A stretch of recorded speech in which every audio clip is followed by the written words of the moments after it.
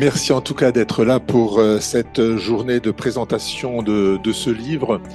Et je voulais vous souhaiter la bienvenue dans ce campus universitaire Saint-Germain.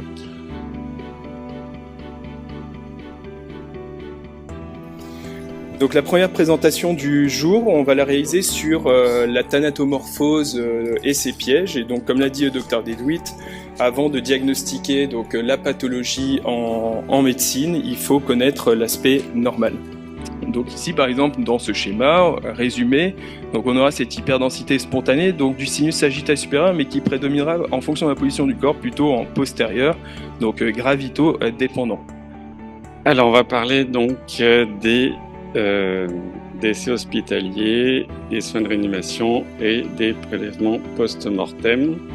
S'il n'y en avait pas eu l'autopsie, on aurait rendu un compte-rendu de scanner en mettant hémorragie ménagée et on se serait complètement planté. Donc là, c'est vraiment l'exemple pour vous démontrer qu'un scanner ne peut pas se faire s'il n'y a pas d'autopsie derrière.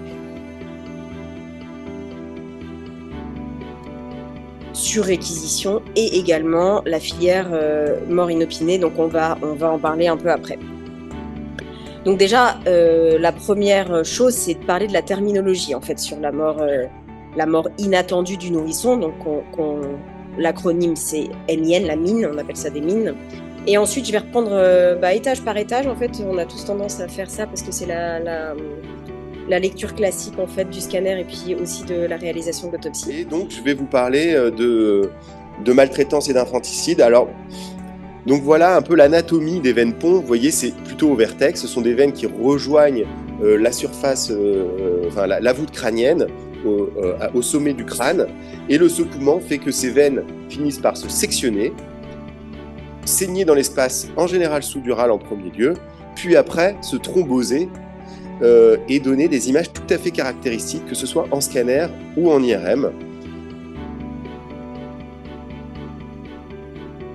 Aussi, parce que c'est un des premiers cas qu'on a scanné à Clermont-Ferrand quand on a commencé les scanners post-mortem.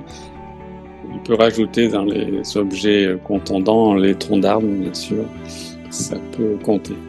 Là, cette fois-ci, donc on va continuer donc sur tous ces contextes traumatiques avec l'intervention d'une tierce personne, donc après les armes contendantes, le contexte balistique. Mais cette position du bras peut ne pas correspondre à celle au moment où il reçoit en fait le coup de feu.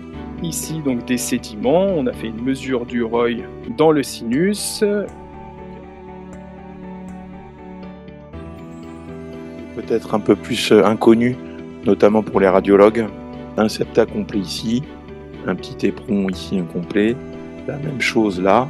En plus celui-là il est intéressant parce que vous voyez qu'il est bilobé. Donc, le rôle de l'anthropologie en médecine légale.